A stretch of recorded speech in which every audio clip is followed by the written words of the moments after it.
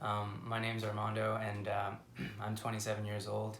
Um, about to be 28 at the end of the month. But before I go into like why I applied for the 2020 First Phorm Athlete Search, I just wanted to give you a little bit of background about myself. Um, so I pretty much grew up in Pasadena, California. And I go back and forth between here and Los Angeles because my parents split when I was 3 years old. Um, Growing up as a kid, I was very shy, a lot of like social anxiety. I didn't really make a lot of friends. A lot of people or friends would kind of approach me and get me to open up. And so I kind of carried around this this sort of fear on my shoulders, this anxiety. Um, and uh, a lot of that was because I grew up with a father who was bipolar, who needed medication, to calm the mania, and the aggression and the rage. And so experiencing a lot of that as a little kid was just very frightening. I used to think that a lot of the reason why he was angry was because of me and that it was my fault. But I just became very closed off, and very shy and very cautious. And I lived like that for a long time. And that was pretty much how I grew up. But when it came to sports, it was completely different. When I was active, when I was in a game, I just felt free, I felt present, I felt in the moment. All of the problems, all of the issues that I was dealing with were kind of gone. And of course, leading up to the games, I was nervous and things like that. But when I was in it, I was just a different person. Um, from a young age, I had like natural hand-eye coordination, and I just, coaches would kind of notice, or my parents would notice, and they'd ask my mom if they can like move me up to a different level or a league, and I was always afraid to. I never wanted to, and she would kind of encourage me to do so. And that just goes to show where my mindset was. I was a very fearful person. And then going to school was kind of the same thing because I was in special education. I had a learning disability, which was severe reading comprehension. I didn't understand what I was reading and how to express it. And so I just kind of almost gave up when it came to that. And I just stuck with football in high school. I still graduated, but it was just a struggle. And when I got into college, it was worse. I I ended up majoring in English so that I can become a better reader and writer, and then I transferred to Cal State Northridge and got my bachelor's in communication studies because I wanted to learn how to communicate, and I really enjoyed the program there, and so I wanted to turn my weaknesses into strengths. Um, so I had graduated in about 2017 with my bachelor's, and then if you fast forward to 2018, um, and this was like kind of like a major turning point in my life. When I moved to Texas, it was October 2018. I was engaged at the time, and my fiance stayed here in California because she was pursuing her master's, so she was going to school, and I wanted to move so that I can help expand a company that was started in Pasadena and was branching out into San Antonio, and then later we branched out into Houston. I was there for about a year, and I did gain a lot of experience being out there, being independent, but I was there for the wrong reasons. I wanted to prove something. I wanted people to know that I was independent and I was paying my own bills and that I was self-sufficient and that I was just making money, and I thought that's what I wanted to do, and I thought that's the person that I wanted other people to see me as. And the reason why this was a big wake-up call for me was because while I was out there, I was unfaithful to my partner, my fiance at the time. When I got back in September of 2019, she found out what I had done and what I was doing. About a week after I came back, I moved back, and it was a very emotionally charged and traumatic experience. I really, not only do I regret everything that I was doing, but I also was shown a side of me that I was keeping a secret, that I was kind of hiding from the world. All of the things that I was dealing, the emotions that I was dealing with, that I was hiding, were just confronted, and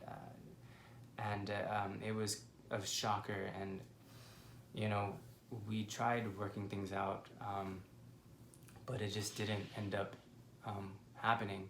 So after we split, um, it was probably the most like emotionally like hard, just excruciating like pain that I'd ever dealt with, because um, I didn't want to lose this person, and I did, and I couldn't believe that I had caused all this, that I was the one that created the situation I was in, and I was left to face everything that I was hiding. It all just came up, and I didn't know how to make it stop. The sadness, the loss, all of it. You know, the loss of a loved one, like that. I didn't know what to do. I just became so frustrated with myself, and I kind of wanted to give up, and I fell into a depression. And then, you know, a friend gave me a call, and he, you know, an old friend gave me a call, and he was like, "Hey, look, let me put you on a meal plan, and you know, send me a before picture of how you look, and then I'll kind of help you, you know, get back into the gym and stuff." So I did that, and this is, you know, where things started to change for me, because even though in the background I was dealing with all this emotion, and all this sadness and loss, and lack and insecurity, I was kind of working on myself again, and trying to come out of what I was going through. And so as I was going through this process, I was really trying to figure out, what do I want to do with my life, and where do I want to go, and I started realizing, like, it's not about me. It's not about me having success. It's not about moving to Texas and making this money or whatever. It's like, and trying to, you know, just put on a show, and things like that, or find happiness in things outside of me.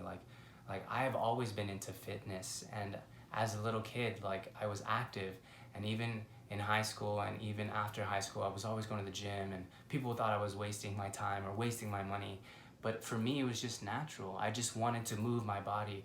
I wanted to be fit, and I wanted to exercise, and I wanted to lift weights. And yeah, for a long time, I was lifting weights because I wanted to be big and buff and look like the cool guy in the gym. And that's all changed as I've gotten older. It's not like that anymore, because for me, fitness and exercise is a part of my spirituality. It's a part of, it's my therapy. I love moving my body. I love being active. It keeps me present, and I feel great afterwards, after a good workout. And so I've decided to dedicate my life to this area, to fitness, to health. And it's not just about the gym and being buff, or looking strong. It's more than that, because it's what's really helped me pull me out of my depression, and I no longer want to do things for myself, to please me. I want to serve others. And when I saw the athlete search, I saw that opportunity. I thought, you know, it would be amazing to be part of a team that cares about people, because when I saw it, I didn't really understand. It was the first time I heard of Phorm, and I looked more into the company, and I started seeing how, you know, I think it was Andy Frisella who said that they're looking for good people. And I just felt like this, I don't know how to explain it, but just kind of like just a feeling, like a rush, or like a tingle or a sensation moved through me, like that resonated deeply, you know. And this had all happened kind of like after, you know, the breakup, maybe like 3, 4, or 5 months. And I was really trying to turn my life around, and I just wanted to be that. I want to be a good person, you know, whether or not I make the athlete search. Like, being a good person, doing the right thing when no one's looking, like, which was something that I struggled with, you know, that's what resonated with me. and I can tell that First Form cares about the people that they serve, that they are involved with. And I would love to be a part of a community that genuinely cares about people that I can learn from, to learn what it is to be a good person, to be in that environment that's uplifting. There's nothing greater than that. And so, you know, dedicating my life to fitness, yeah, it's just, I don't see, I just don't see myself doing anything else. Again, like with or without this athlete surge, it's just something that really hit home for me. Like, I was looking for, you know, happiness and fulfillment in the wrong places. And again, it's not about me, it's about lifting up other people and then being the example, you know, showing them like what to do and how to do it if they need that advice. So that's pretty much my story. And I just wanted to say thank you so much for listening, you know, and I appreciate you being here, and I appreciate, you know, the consideration, and again, listening to my story. So I wish all the athletes good luck. I look forward to not, you know, to not only being a part of this company, but still being involved with First Form.